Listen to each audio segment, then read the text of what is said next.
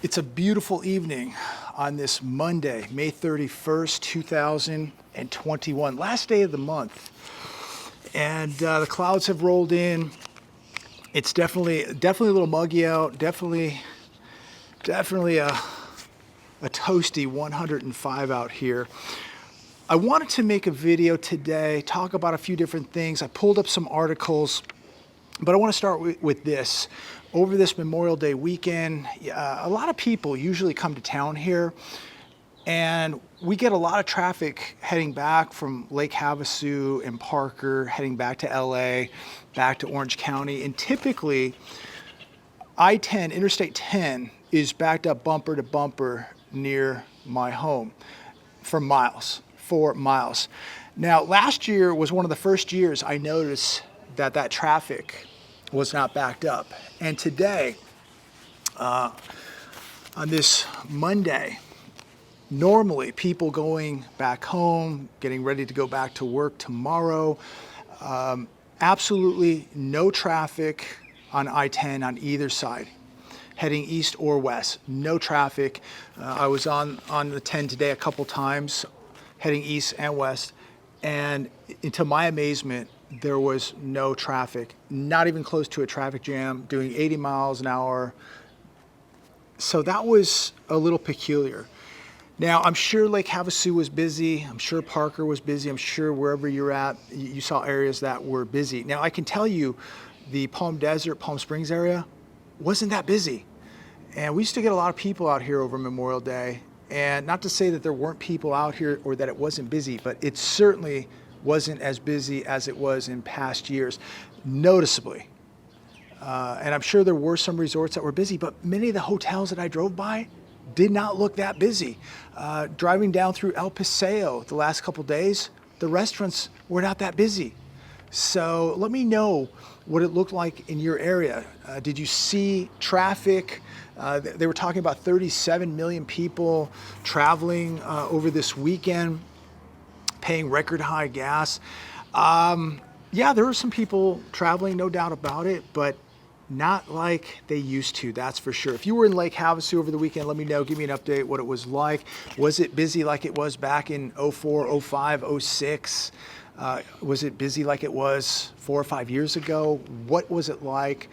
I know it was busy, but was it like it used to be? My area out here in the Palm Springs area, not that busy. Noticeably not that busy. I-10, no traffic whatsoever in either direction. I found that, again, very, very peculiar. But I want to go into an article that I read earlier today on CNBC. Economy can handle the sharp rise in inflation. Market bull Ed Yardeni predicts. And, you know, to the people out there who say I'm repeating the same thing daily, look, this article just came out today. Everything I'm going over came out in the last 24 hours. So, you know, if you have the answers to everything, if this is a repeated message to you, there's many channels out there maybe where you can learn something new, but this is an old message for new ears. And I am reporting news that is coming out daily. The spending frenzy may contribute to a sharp rise in inflation, but Ed Yardeni believes the economy can handle it. Wow, that's really amazing. Yardeni expects upward pressure on inflation to last at least a few months. I think Ed is wrong here. I think this inflation is going to last more than a few months. He says the economy has a V-shaped recovery. I would expect to see some slowing down in the economy, Yardeni said. So here's where I believe he's wrong. And certainly I don't have the degrees or the experience as Ed Yardeni, but what I do have is real life experience. And I can see day to day, just like all of you, when I go to the store, when I watch the news, when I see the indicators, the warning signs all over, I can see that this inflation is going to last more than just a few months. I can also see that there is no V-shaped recovery. When I see somebody saying this, they're either absolutely oblivious, or they are working for corporate America, pumping us with more of this propaganda.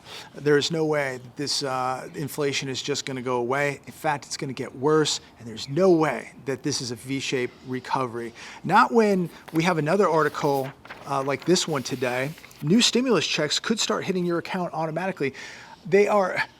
People are begging for a fourth stimulus check.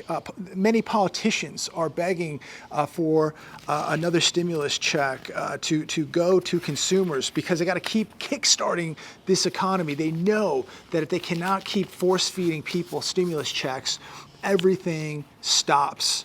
And if things were so great and there was a so-called V-shaped recovery, how come we have so many people now demanding another stimulus check? So many politicians now saying that Americans need another stimulus check. In fact, they may need a stimulus check every month. So if the economy was doing so well, if it was booming, if there was a V-shaped recovery, how come so many people need another stimulus check? Well, of course, because they're either not working or they don't want to go back to work to their $10 an hour job, and they're not going to have money to spend. They can't go to the retailers. They can't order on Amazon. They can't go out to eat. They can't keep this fake economy open.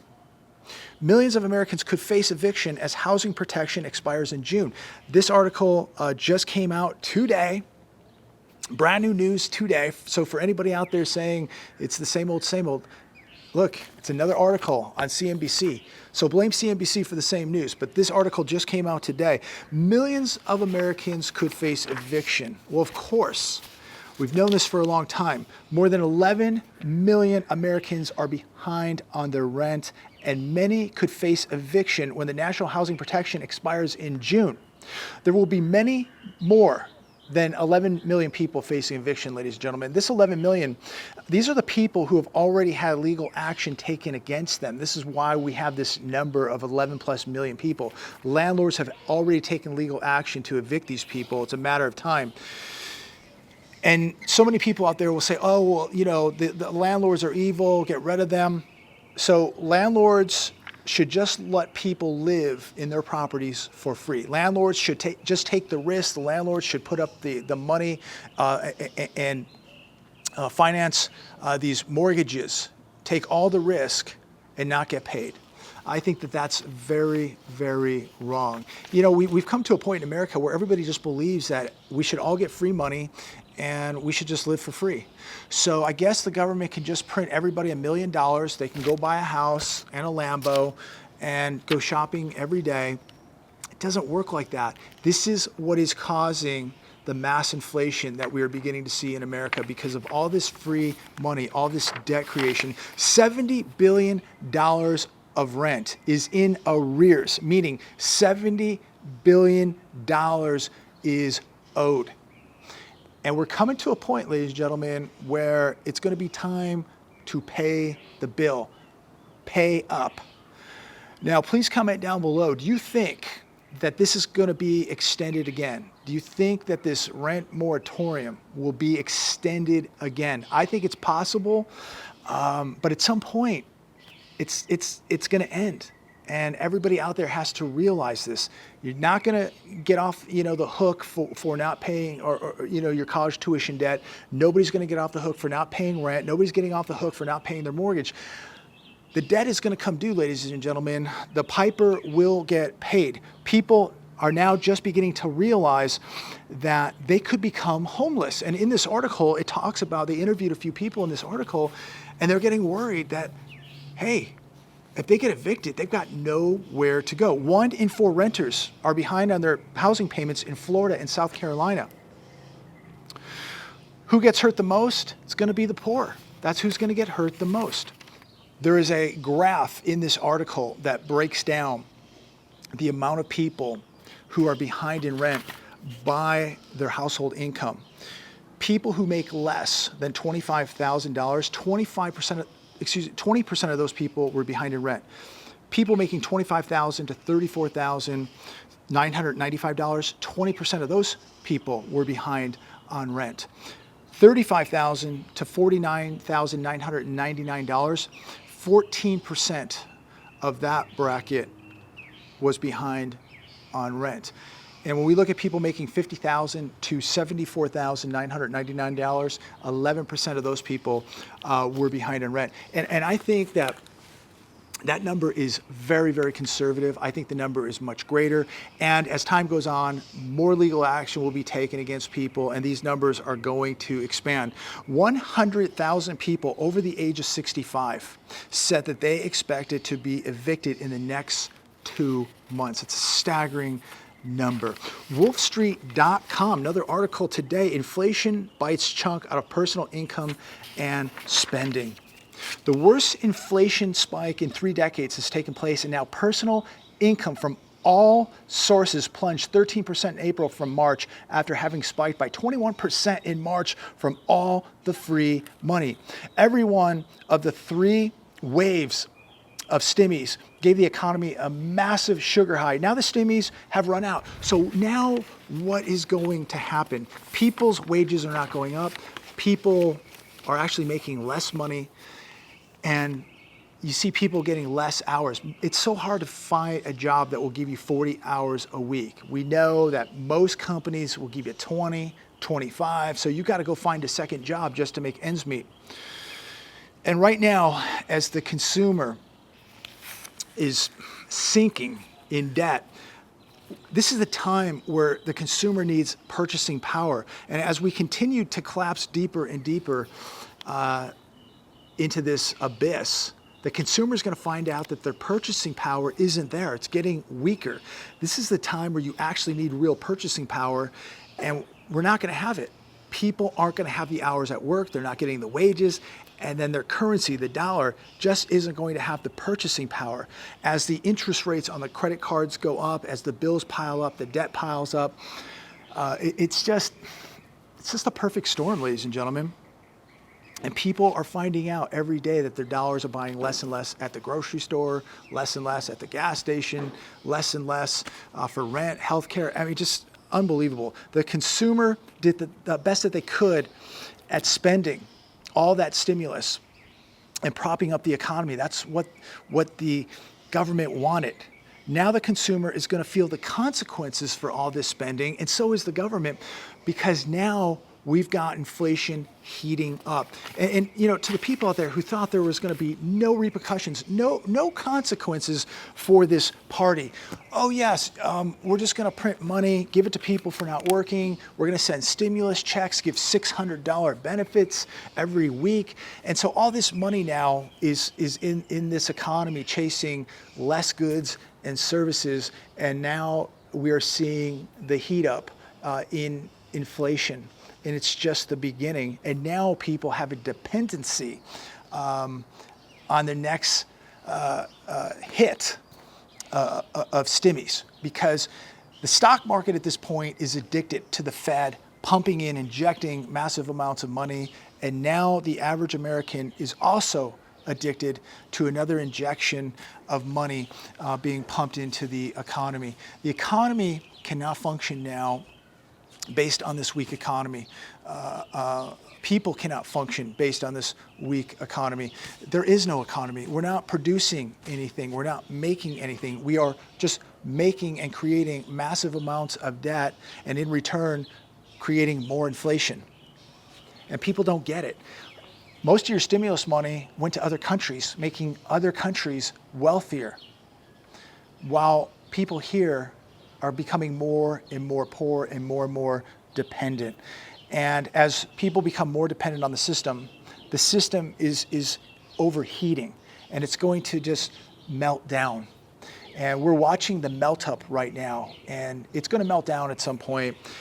And my major concern is what happens when they lose control of inflation. What happens when the Fed loses control and they can no longer rein it in? They can't control it. What happens at that point? Are they forced to raise interest rates?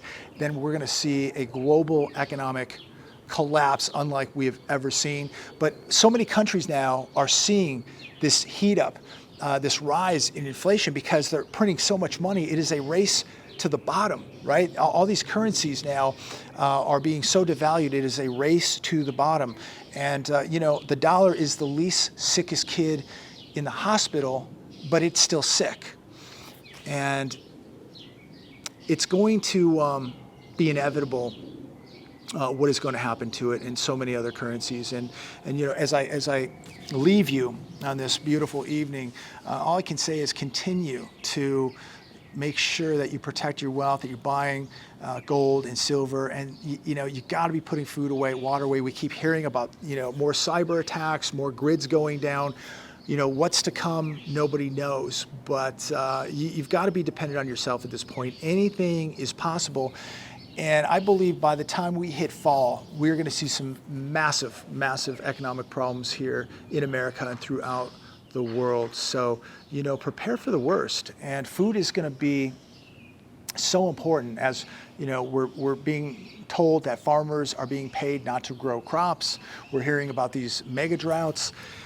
And if you don't have food, you don't have water, you're in big trouble. So make sure that you're preparing with that. Make sure that you have a way to cook food, that you got maybe a little Coleman gas stove, that you've got your jet boil, that you've got extra charcoal, firewood. I know we need to be doing some videos on preparations and what we could all be doing for preparations, putting batteries away, having flashlights, candles, extra clothes, extra pair of boots. Just please comment down below and feel free to add your thoughts of what are some of the best things that we could be putting away right now. And it doesn't have to be gold and silver or cash. It doesn't have to be monetary. We're talking about survival now, food, water, clothing, firewood, candles, flashlights, all that stuff, water filtration, putting extra coffee away, having propane. Please give us your thoughts. So many smart people out there. What do you think are the top 3 things right now that the average American should be putting away for an emergency? Look, we could have an earthquake here tomorrow, right here in California where I'm sitting. That could happen at any time. And if I-10 gets shut down, if the grid goes down here, it's hot, you better have food, you better have water, you better have a plan. Some people live in areas of tornadoes, and you got to have a plan, because sometimes the government just isn't going to get there in time, and you're going to be on your own for a while. So please give me your thoughts. What would be the best 3 things right now to be putting away for natural disaster, a man-made disaster, the economic collapse, grid down, cyber attack, you name it? What should we be doing? Please let us know your thoughts. I'd really, really appreciate it. Thank you so much for commenting. But I'm going to leave it there today. God bless America. Thanks to everybody who has served or who is serving. Thank you all. Rest in peace. God bless all of the people who gave the ultimate sacrifice for this country. And I know that there's people who are going to write in and tell me how bad the soldiers are, how bad this country is.